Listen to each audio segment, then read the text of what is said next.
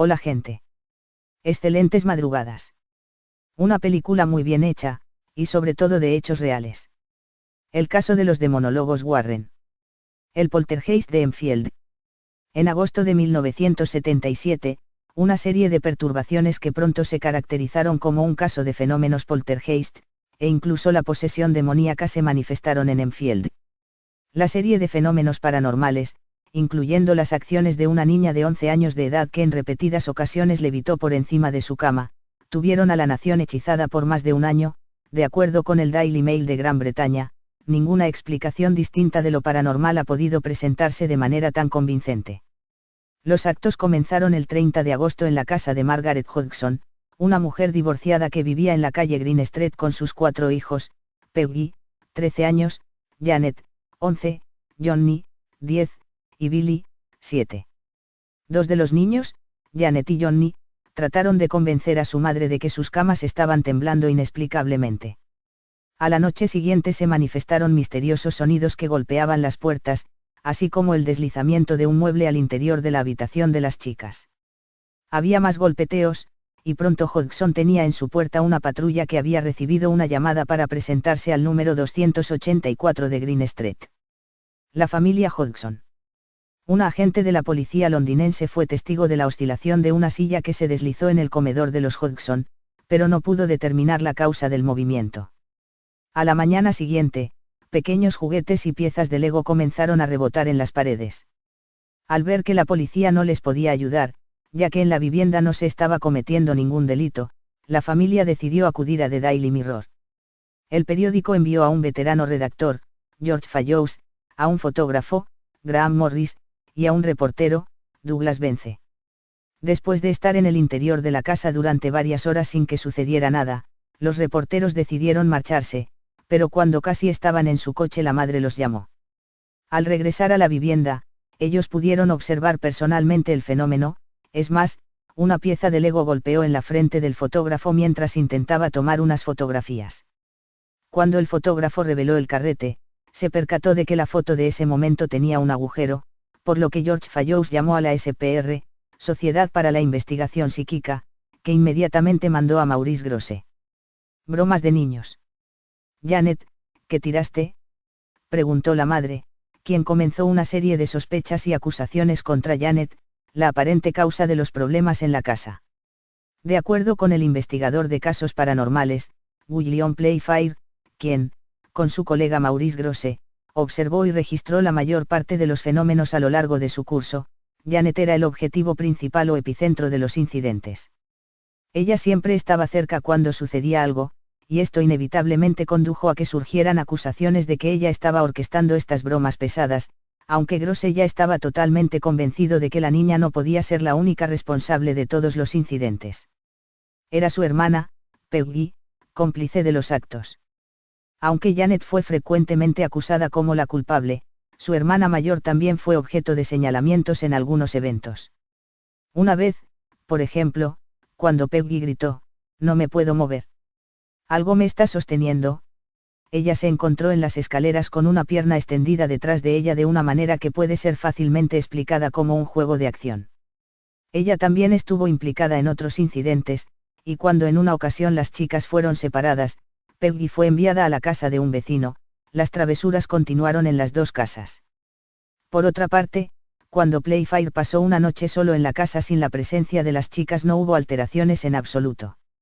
Fueron las dos niñas las que planeaban las bromas. ¿Podría un poltergeist manifestarse en dos lugares al mismo tiempo?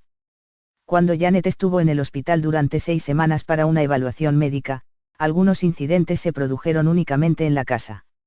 Aún así, dice Playfair, Janet era toda la energía, tenía mucha para su edad, saltando y corriendo alrededor con el menor pretexto, y hablando tan rápido que tuve algunas dificultades en un primer momento en la comprensión de sus palabras.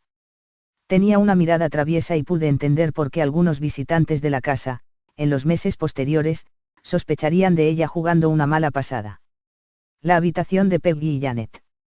Incluso el propio Playfair, que hace una exhaustiva crónica de los acontecimientos en su libro This House is Haunted, The True Story of a Poltergeist, 1980, tenía dudas sobre la responsabilidad de las niñas. Cuando grabó una serie de ruidos chirriantes sospechosos, se preguntó, ¿podrían haber sido hechos por ella? Yo estaba empezando a tener mis dudas de nuevo. Había razones para tener muchas dudas.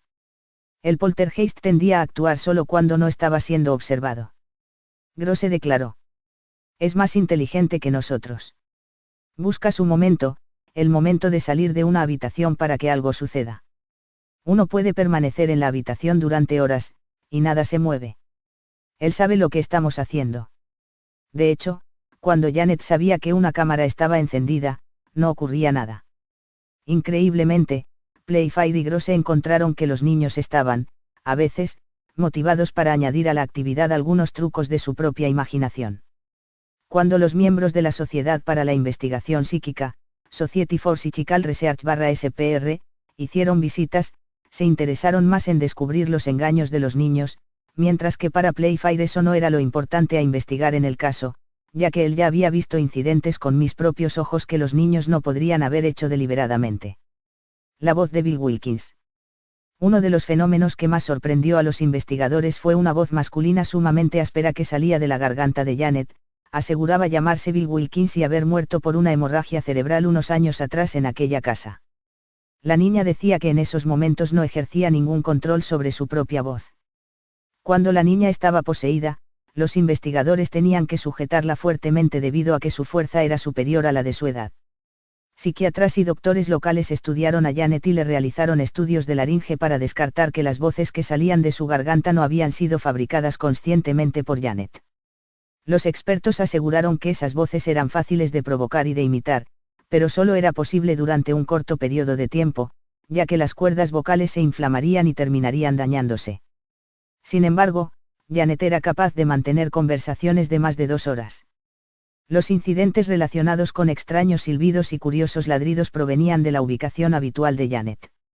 Con el tiempo, Playfair determinó que se trataba de una entidad sobrenatural que comenzó a pronunciar varias palabras, incluyendo obscenidades, utilizando el cuerpo de la niña. Playfair depositó su fe en Janet y continuó estudiante a la entidad a pesar de que la voz se negó a hablar a menos que las niñas estuvieran solas en la habitación con la puerta cerrada. Por otra parte, los crédulos investigadores observaron que, cuando se produjo la voz y los gruñidos, los labios de Janet parecían no tener movimiento. En sus notas respecto al caso Playfair escribió: la conexión entre Janet y la voz es, obviamente, muy cercana. En varias ocasiones ella llega a pronunciar cosas que, evidentemente, no quería decir. Janet pasó 6 semanas en el Hospital Maudsley en el sur de Londres donde experimentó pruebas precisas para detectar cualquier anomalía tanto física como mental, pero no se encontró nada y durante ese tiempo la actividad poltergeist de la casa cesó completamente. Más tarde volvieron a reanudarse, aunque de un modo más esporádico y menos violento. ¿Cómo se interesaron los Warren en el caso Enfield? Lorraine Warren le escribió una carta a Maurice Grosse para avisarle que se había mantenido informada de la evolución del caso en Enfield debido a la comunicación que tenía con un miembro de la Psychic Research Associates de California, que visitó la casa de los Hodgson. Al parecer había una serie de cuestionamientos en la carta que le molestaron a Grosse. Señor Grosse, es consciente de que el trabajo especializado de Ed es el área de la demología. ¿Cuáles son sus sentimientos respecto a este campo en particular? ¿Cree que puede haber alguna evidencia en el caso de Enfield?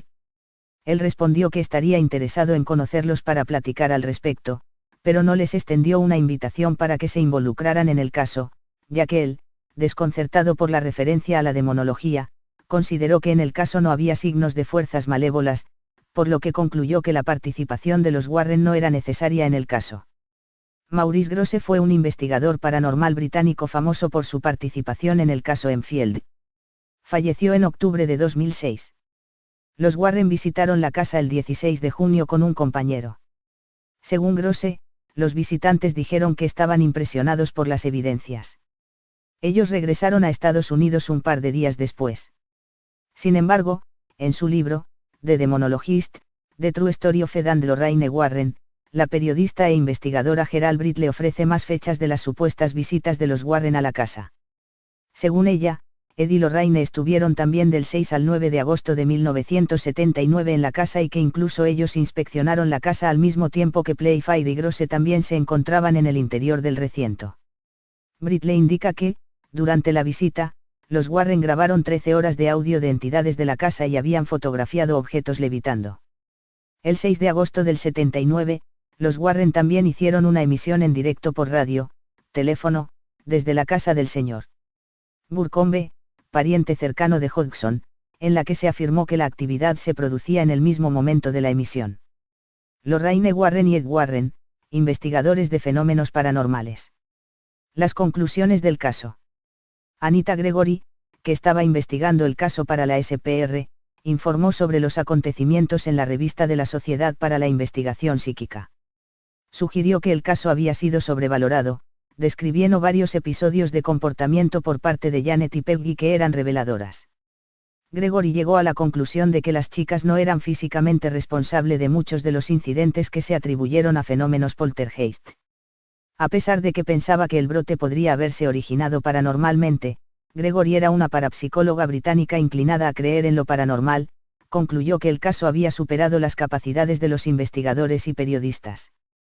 Aún más escépticas fueron las declaraciones del mago estadounidense, Milbourne Christopher, que investigó brevemente la casa. En una ocasión, cuando Janet dijo que ella era incapaz de abrir la puerta del baño para salir, Christopher declaró que no podía determinar la causalidad paranormal si no puede ver un incidente. Playfair escribe. Casi parecía que el poltergeist estaba ahí para incriminarla a ella, produciendo fenómenos de tercera categoría en la presencia de un observador de primer orden. En otra ocasión, cuando Janet fue enviada a su habitación y se manifestó la voz, Christopher subió las escaleras para observar. Él vio a Janet que se escondía en otra zona de la casa y que buscaba asegurarse de que nadie más la estuviera viendo. Cuando se percató de la presencia de Christopher, ella se puso nerviosa. Más tarde concluyó que el supuesto poltergeist no es más que las travesuras de una niña muy inteligente que quiere causar problemas. Jante Hodgson aparentemente poseída por el ente malévolo. El investigador paranormal Melvin Harris también estudió el caso mediante uno de sus métodos habituales, la fotografía. En una secuencia de rápidas fotografías, él registró la actividad de las travesuras de Janet. Las fotografías no registraron las supuestas levitaciones ni tampoco testigos independientes. Harris denominó las supuestas levitaciones como hábiles ejercicios de gimnasia, comentando, vale la pena recordar que Janet era una deportista muy destacada en su escuela. En 1979, el poltergeist de Enfield había salido de la casa Hodgson de manera inexplicable, a excepción de un incidente aislado ocasional. La fuerza motivadora del caso. Muchos suponen que la tensión en el hogar se generó poco después del divorcio de los padres, siguió su curso. Pero la pregunta sigue siendo, ¿eran capaces Janet y sus hermanos de haber causado ciertos trastornos? Los niños crearon una serie de bromas para alterar el orden de la comunidad. En 2012, en una entrevista, Janet señaló que varios sacerdotes llegaron a la casa para tratar de expulsar al ente malévolo que allí habitaba, pero este nunca se fue. Paulatinamente se tranquilizaron las cosas, pero Billy, hermano de Janet, que vivió en la casa hasta la muerte de Peggy, continuó escuchando ruidos extraños y ligeros desplazamientos de objetos. Otro dato importante que Janet confesó en esta entrevista, es que todos los sucesos comenzaron a ocurrir cuando ella y su hermana Margaret jugaron con la Ouija.